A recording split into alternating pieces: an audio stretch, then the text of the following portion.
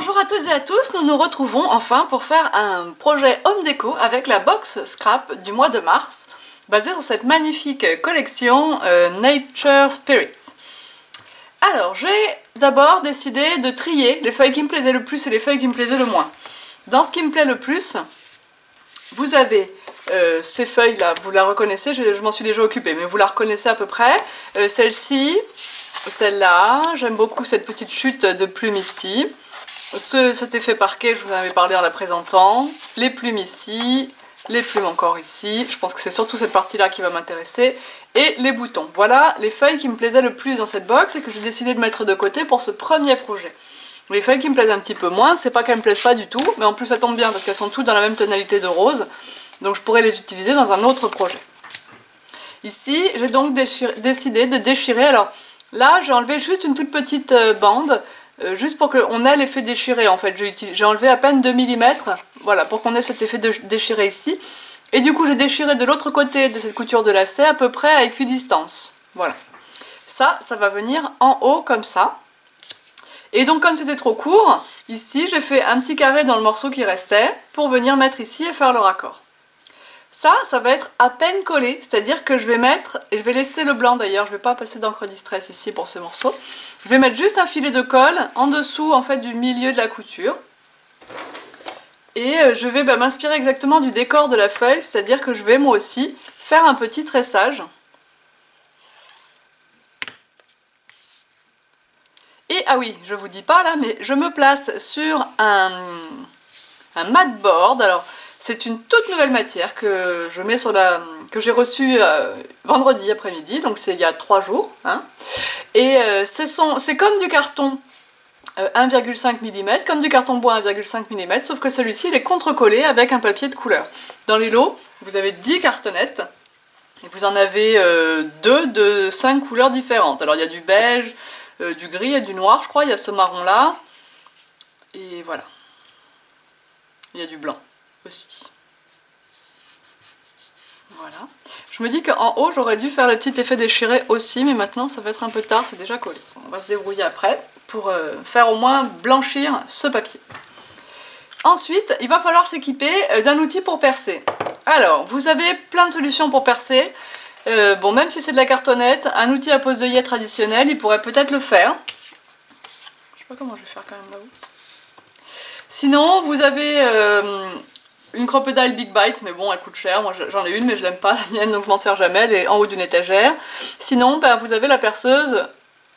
Tout simplement. Alors moi j'ai des mini outils, j'ai un Dremel, donc je vais pouvoir faire des petits trous. Donc je vais reprendre exactement le rythme du papier du dessus là. Je vais faire des petits trous et puis je vais viendre, d'accord.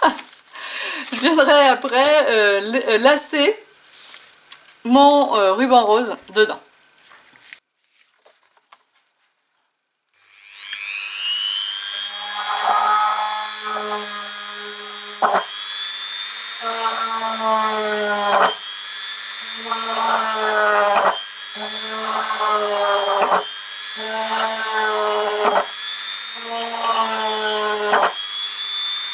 Bon, vous avez compris le principe? Allez, je continue en dehors de la caméra. Donc, à la fin, j'ai plein de poussière et tous ces trous. Voilà. Donc, on y va. On va commencer notre tressage. Alors, l'idéal va être de le passer dans une aiguille.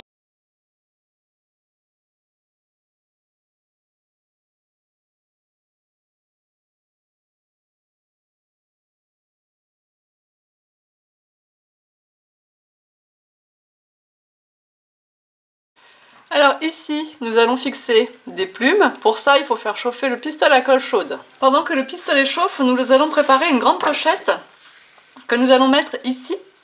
Donc pour ça, je prends une feuille au format A4 et je vais faire une vraie pochette, je ne veux pas juste coller les bords. Donc je prends mon masticot. Je veux garder toute la largeur de ma feuille et en hauteur,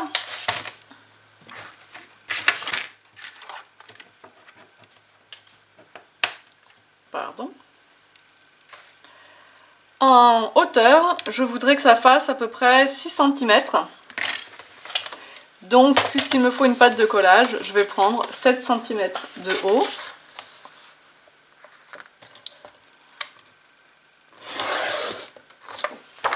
Et je vais marquer un pli à 1 cm sur 3 côtés.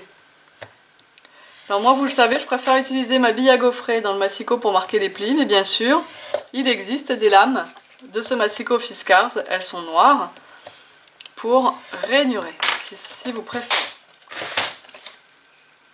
Hop, je vais essayer de ne pas perdre les plumes pendant que je fais tout ça. Bien sûr, quand on fait une pochette, on coupe les angles pour ne pas que ça nous gêne au moment du pliage. Voilà.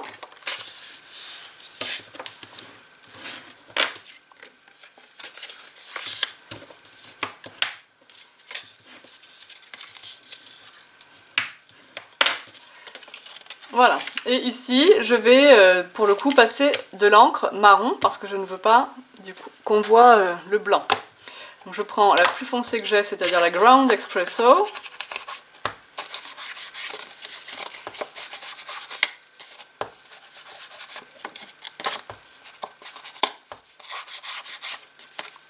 Alors de ce côté-là, je vais même user un peu le papier, ça sera plus chouette.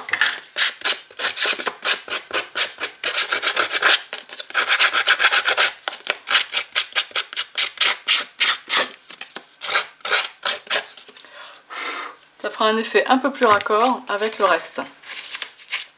Alors comme j'ai commencé à passer un peu d'encre, j'en mets, mais moins sur le haut.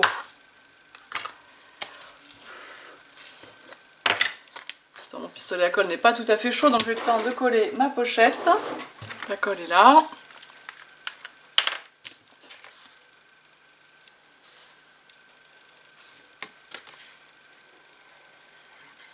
Voilà. Alors le pistolet à colle, je pense qu'il est chaud. Voilà. Alors, on va fixer, donc on met la colle un petit peu comme si on voulait la mettre en dessous du premier, de la première tresse, là, enfin du premier laçage. Voilà. Attention de ne pas casser les plumes en faisant ça.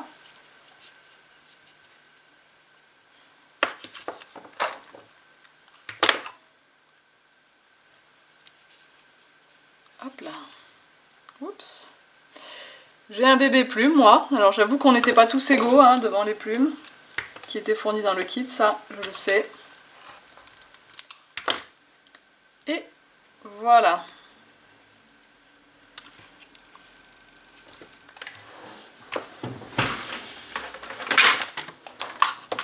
Et ces plumes sont toutes fixées ici.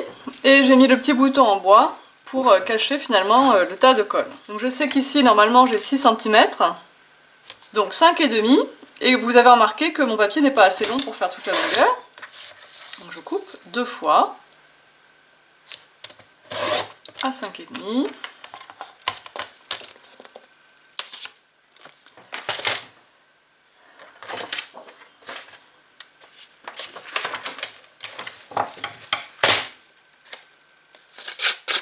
Et ça tombe bien parce que mon massicot a les lames un peu usées, il faudrait que je les change, donc ça me donne déjà pratiquement l'effet que j'obtiens avec la paire de ciseaux avant même d'avoir commencé. Voilà, donc ce morceau de papier va être posé là, et celui-ci un peu plus court va être posé ici. Coupe.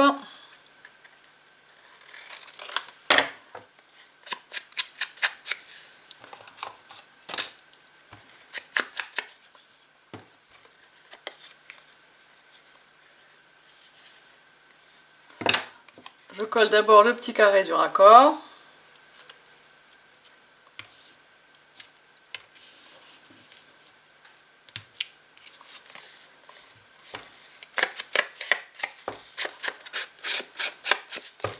On n'oublie jamais d'ancrer, n'est-ce pas Stéphanie? On se met un gros placard au-dessus du bureau. D'ailleurs, vous êtes plusieurs Stéphanie, mais il y en a une qui va se reconnaître particulièrement dans ce petit commentaire. Et voilà, on se met un gros écriteau, une grosse pancarte où on la met sur le plan de travail, je sais pas, pour dire on ne colle pas tant qu'on n'a pas mis de l'encre sur les bords.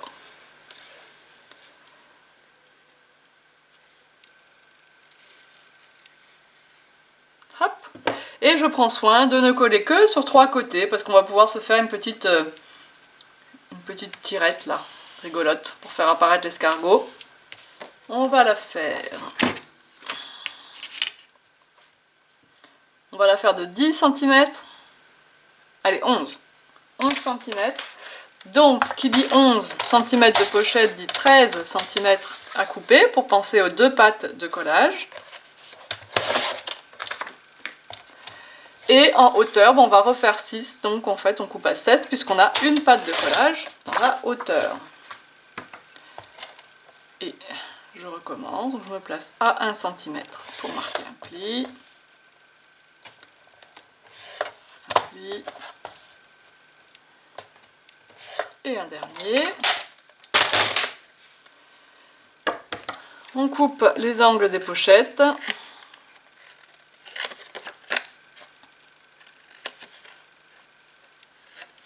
Voilà. On écrase les plis.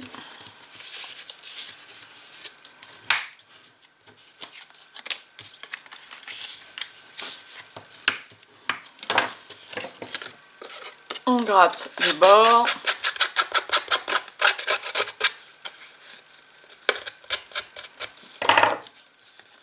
On passe de l'encre.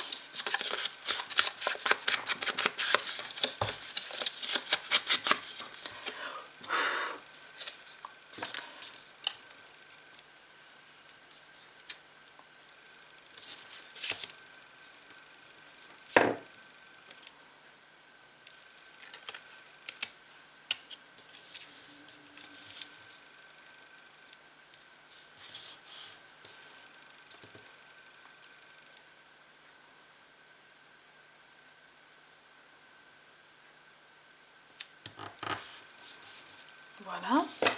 Et pour la petite ceinture ici, pour pouvoir glisser des petits documents derrière, on va prendre quelque chose qui va faire 4 cm de large et 11 cm de haut. Donc on va prendre une patte de collage pour le haut et le bas. Donc ça fera 13 cm. Et j'ai dit 4 cm de large. Voilà. Une petite marque à 1 cm de chaque côté.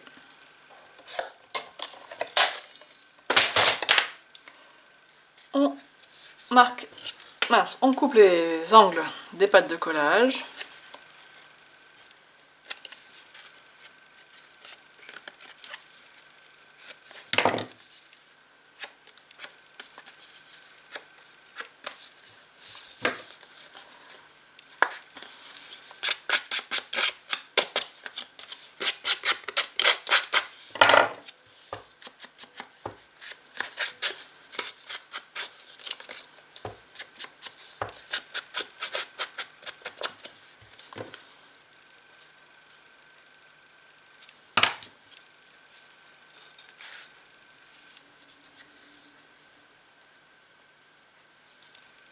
Alors moi j'ai fait ça avec des pochettes, mais bien sûr, vous pouvez aussi plutôt vous faire des emplacements photos.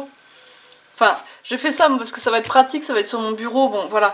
Mais effectivement, ce projet, il est aussi très joli de l'habiller avec des morceaux de papier comme ça, et d'arriver à se mettre un petit pêle-mêle avec 3 photos par exemple. Hein, vraiment, c'est même une très bonne solution à envisager. Et ici, je vais mettre le petit morceau avec les plumes, qui sera comme ceci, qui va cacher tout le côté bleu, papier blanc. Ici, on va mettre ça comme ça.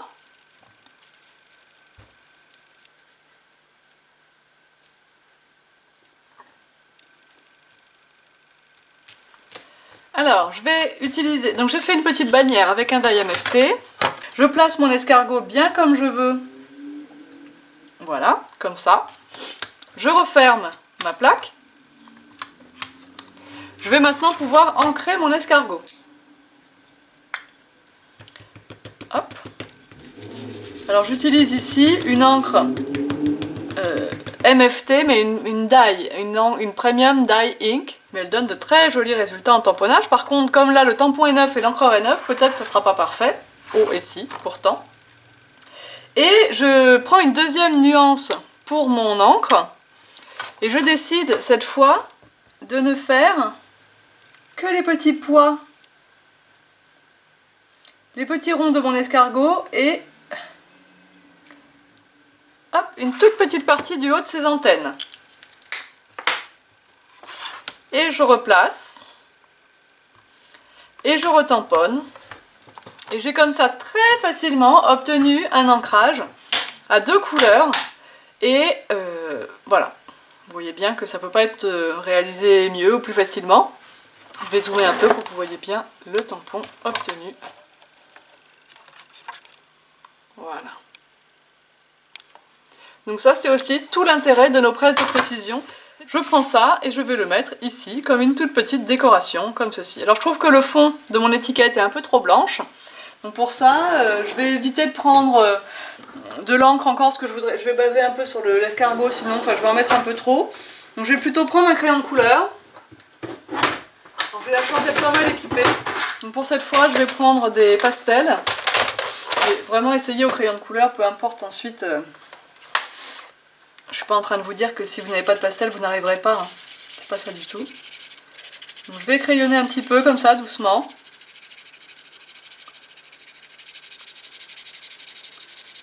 Puis ensuite, tout simplement avec mon doigt, je vais réussir à faire quelque chose d'un petit peu sympa. Simplement en estompant, alors avec le doigt, mais avec une estompe en papier, les mêmes qu'on utilise pour colorier normalement, si vous voulez aussi, ça marche. Puis ça permet aussi, comme vous le voyez, de bien mettre en valeur la fausse couture.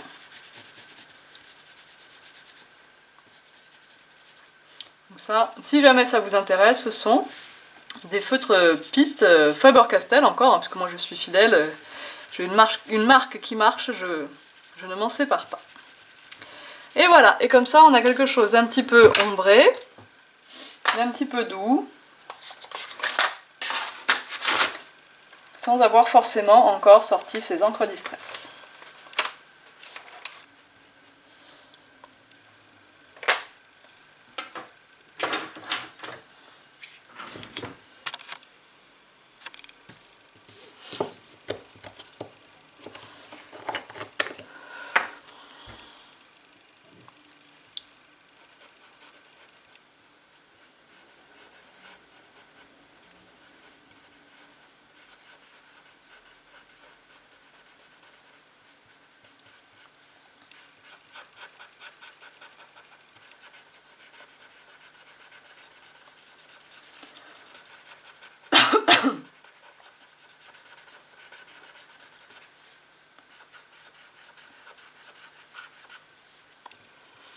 Et voilà.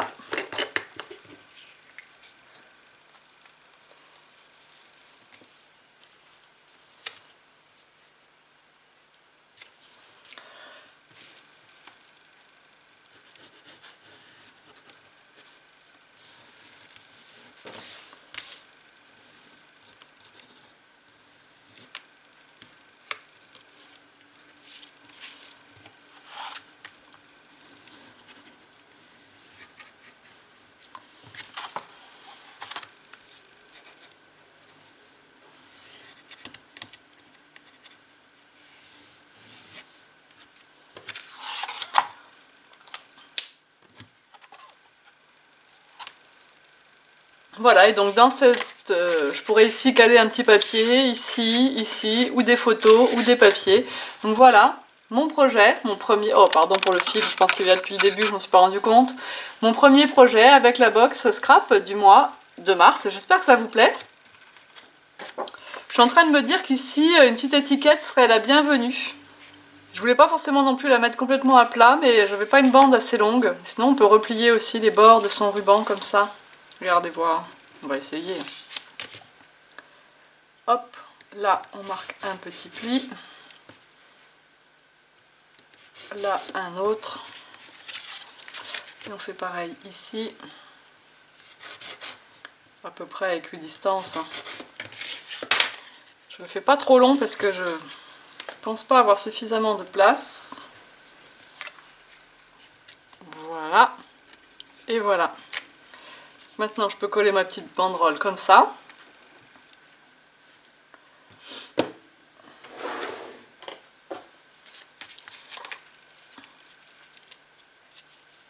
Et voilà, ce projet est déjà terminé, j'espère qu'il vous a plu, que vous savez quoi faire avec votre box. Je vous présente un autre projet qui n'est pas non plus un mini-album d'ici quelques jours. Et je vous mets les liens sur le blog de tous les articles que j'ai utilisés et qui ne sont pas inclus dans votre kit du mois de mars. Il reste quelques kits disponibles, il reste aussi quelques kits du mois de février si vous le voulez. Je vous dis à très bientôt, bye bye!